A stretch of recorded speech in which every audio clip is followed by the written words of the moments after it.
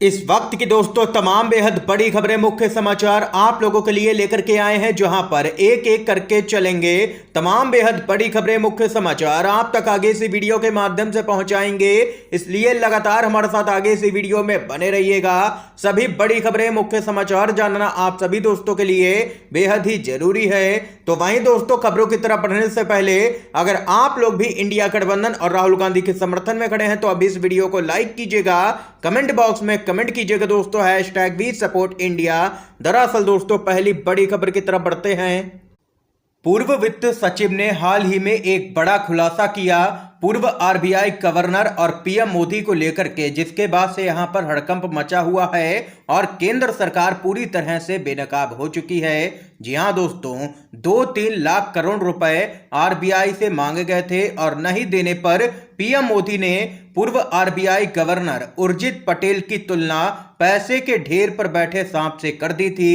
पूर्व वित्त सचिव ने यह बड़ा खुलासा किया है। ये वही मोदी जी हैं जो कहते थे कि भारत के खजाने पर किसी का पंजा नहीं पड़ने दूंगा और खुद खजाना लूटने के लिए बेचैन थे।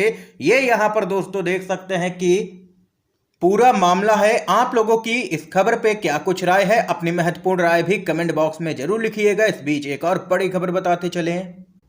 छत्तीसगढ़ में राहुल गांधी का दिखा है एक बार फिर से नया अंदाज। राहुल गांधी ने ट्रेन के स्लीपर डिब्बे में किया सफर, यात्रियों से बातचीत करके जानी है उनकी समस्याएं। जी हां दोस्तों, छत्तीसगढ़ दौरे पर पहुंचे कांग्रेस के नेता राहुल गांधी ने बिलासपुर में आवास न्याय योजना के कार्यक्रम में हिस्सा लेने के बाद बिलासपुर से रायपुर तक की यात्रा ट्रेन से की है।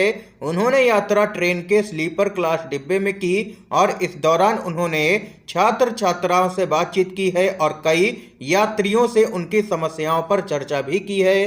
दरअसल दोस्तों आप लोगों को बताते चले, राहुल गांधी लगातार आम जनता के बीच में जा रहे हैं। हाल ही में राहुल गांधी यहां पर कुलियों के बीच में भी गए थे और वहीं आप लोगों को बताते चलें, इससे पहले राहुल गांधी यहां पर आजादपुर सब्जी मंडी में भी जा चुके हैं, जहां पर उन्होंने सब्जी विक्रेताओं के साथ में बातचीत की, उनकी समस्याओं को जाना। यानी कि कुल मिलाकर के राहुल गांधी लगातार जमीनी स्तर पर जनता के बीच में जा रहे हैं, उनकी समस्याओं को सुन रहे हैं, जिसके कारण राहुल गांधी की लोकप्रियता में दिन पर दिन इजाफा देखने को मिल रहा है। इस बीच एक और बड़ी खबर बताते चलें। भाजपा को भी हो गया है अपनी चुनावी हार का एहसास। जी हां दोस्तों, भाजपा के अंदर राहुल गांधी और कांग्रेस पार्टी का डर इस कदर बैठ चुका है कि अब मध्य प्रदेश के विधानसभा चुनाव में भाजपा ने कई सांसद और मंत्रियों को यहां पर टिकट दिया है। यानी कि अब भाजपा को भी अंदेशा हो गया है कि वो चुनाव हार रही है उसके कदम से। ये बात अब यहां पर स्पष्ट हो जाती है। मध्य प्रदेश विधानसभा चुनाव के लिए बताते चले, यहां पर भाजपा ने दूसरी लिस्ट जारी की है, जिसमें कई केंद्रीय मंत्री और कई सांसदों को मैदान में उतारा गया है। जी हां दोस्तों, मध्य प्रदेश विधानसभा चुनाव के लिए भाजपा ने 39 उम्मीदवारों की दूसरी लिस्ट जारी की है, जिसमें केंद्रीय मंत्री नरेंद्र सिंह तोमर को भी विधानसभा चुनाव का टिकट दिया गया है। और इसके साथ ही बताते चलें, केंद्रीय राज्य मंत्री फग्गन सिंह कुलस्ते, प्रहलाद पटेल, गणेश सिंह, राकेश सिंह और रीति पाठक और बीजेपी महासचिव कैलाश विजयवर्गीय को भी बीजेपी ने विधानसभा के चुनावी मैदान में उतारा है। यानी कि देख सकते हैं कि अब भाजपा को जमीनी स्तर के नेता तक नहीं मिल रहे हैं। भाजपा अब अपने सांसदों और मंत्रियों को टिकट दे रही है। मध्य प्रदेश के विधानसभा चुनाव में भाजपा की हालत इस कदर तक खराब हो चुकी है मध्य प्रदेश में। आप लोगों की क्या कुछ राय है खबर को लेकर के कमेंट बॉक्स में जरूर बताइएगा। कमेंट करके एक और बड़ी खबर की तरफ बढ़ते हैं। लोकसभा चुनाव में टिकट काटे जाने की अटकलों के बीच में भाजपा के सांसद वरुण गांधी बोले, मैं किसी से भी डरता नहीं हूं, जनता के हक की आवाज हमेशा उठाता रहूंगा। खबर बताते चलें, पीलीभीत से भाजपा के सांसद वरुण गांधी पार्टी लाइन से अलग हट करके लगातार बयान देकर के सुर्खियों में बने हुए हैं। एक बार फिर से उन्होंने बगावती तेवर दिखाए हैं। वरुण गांधी ने कहा है कि मैं किसी से भी डरता नहीं हूं और जनता के हक की आवाज को यहां पर हमेशा उठाता रहूंगा। उन्होंने कहा है कि मैं अकेला ऐसा सांसद हूं जो जनता के हक की आवाज उठाता हूं। कुछ लोग राजनीति ठेकेदारी में चला रहे हैं। भाजपा के सांसद वरुण गांधी ने आगे कहा है कि देश में सबको अच्छी शिक्षा और स्वास्थ्य सेवा मुफ्त में मिले, लेकिन ऐसा नहीं हो रहा है। इसके साथ ही उन्होंने कहा है कि भ्रष्टाचार दीमक की तरह देश को चाट रहा है। ये यहाँ पर देख सकते हैं कि अपनी ही सरकार को जबरदस्त तरीके से यहाँ पर वरुण गांधी ने एक बार फिर से घेरा है और उनका कहना है कि मैं किसी से भी डरता नहीं हूं और जनता के हक की आवाज हमेशा उठाता रहूंगा।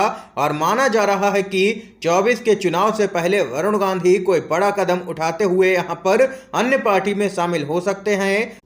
दोस्तों, आप लोगों की राय के अनुसार वरुण गांधी को कांग्रेस पार्टी में यहां पर जाना चाहिए या फिर समाजवादी पार्टी में? आप लोग अपनी राय कमेंट बॉक्स में जरूर बताइएगा कमेंट करके।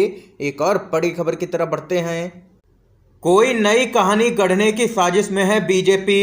रमेश बिधूड़ी के खिलाफ कार्रवाई में देरी को लेकर के दानिश अली ने सवाल उठाए हैं। बीएसपी के सांसद दानिश अली को लेकर के आपत्तिजनक शब्दों का इस्तेमाल करने के मामले में बीजेपी के सांसद रमेश बिधूड़ी लगातार विवादों में बने हुए हैं। इसी कड़ी में सांसद दानिश अली ने रमेश बिधूड़ी के खिलाफ कार्रवाई में देरी को लेकर के सवाल उठाए हैं। उन्होंने आरोप लगाया है कि बिधूड़ी की विवादित टिप्पणी को शायद बीजेपी के शीर्ष नेतृत्व की स्वीकृति हासिल थी, तभी कार्रवाई में निश्चित रूप से देरी हो रही है क्योंकि वे संसद में मेरे खिलाफ सबूत ढूंढने की कोशिश कर रहे हैं। और वहीं सांसद दानिश अली ने आगे कहा है कि मैं बीजेपी को चुनौती दे रहा हूं कि अगर उनके पास कोई सबूत है तो उन्हें पेश करना चाहिए। इसके साथ ही उन्होंने आगे कहा है कि जो लोग इस देश के संविधान में विश्वास रखते हैं वे लोग चाहते हैं कि कार्रवाई की जाए, लेकिन फिर भी यहां पर रमेश बिधूड़ी पर कार्रवाई नहीं की जा रही है। ये यहां पर बड़ा बयान सामने निकल के आया है दोस्तों दानिश अली की तरफ से। इस बीच एक और बड़ी खबर की तरफ बढ़ते हैं। 2024 के लोकसभा चुनाव से ठीक पहले एनडीए को दक्षिण से लगा है बड़ा झटका। एआईएडीएमके ने किया है गठबंधन तोड़ने का बड़ा ऐलान। जी हां दोस्तों, बताते चलें जहां एक और लगभग सभी राजनीतिक दल 2024 के लोकसभा चुनावों से पहले गठबंधन बनाने में जुटे हैं, ऐसे में एआईएडीएमके ने बीजेपी से गठबंधन तोड़ दिया है। अब यहां पर बताते चलें एआईएडीएमके एनडीए का हिस्सा नहीं है। पार्टी मुख्यालय के बाहर जश्न का माहौल देखा गया। एआईएडीएमके समर्थकों ने पटाखे फोड़ करके जश्न मनाया है इस बात का।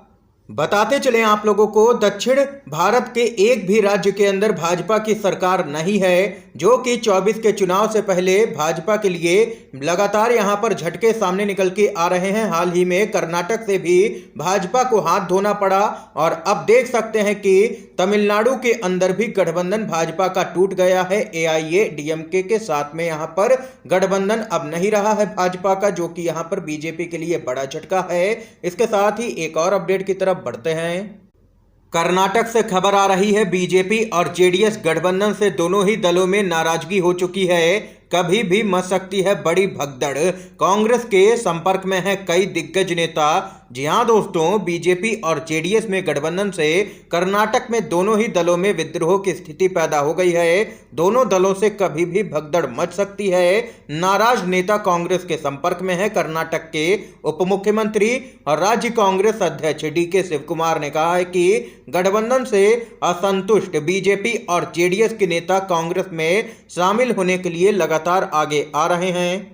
उन्होंने कहा है कि हमने जमीनी स्तर पर बीजेपी और जेडीएस के पार्टी कार्यकर्ताओं को शामिल करने के लिए हरी झंडी दे दी है और जितने भी बड़े नेता हैं उनको भी यहां पर जल्द ही पार्टी में शामिल करवा लिया जाएगा। यानी कि कुल मिलाकर के देख सकते हैं कि बीजेपी और जेडीएस की मुश्किलें अब बढ़ती हुई और भी नजर आ रही हैं। यहां पर लोकसभा चुनाव से पहले गठबंधन दोनों ही दलों में हो चुका है, जिसके बाद दोनों ही पार्टियों में भगदड़ की स्थिति देखने को मिल रही है। इसके साथ ही एक और अपडेट की तरफ बढ़ते हैं।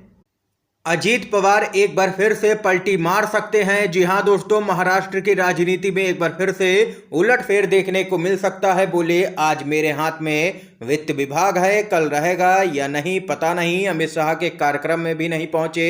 जी हां दोस्तों, खबर बताते चले आप लोगों को।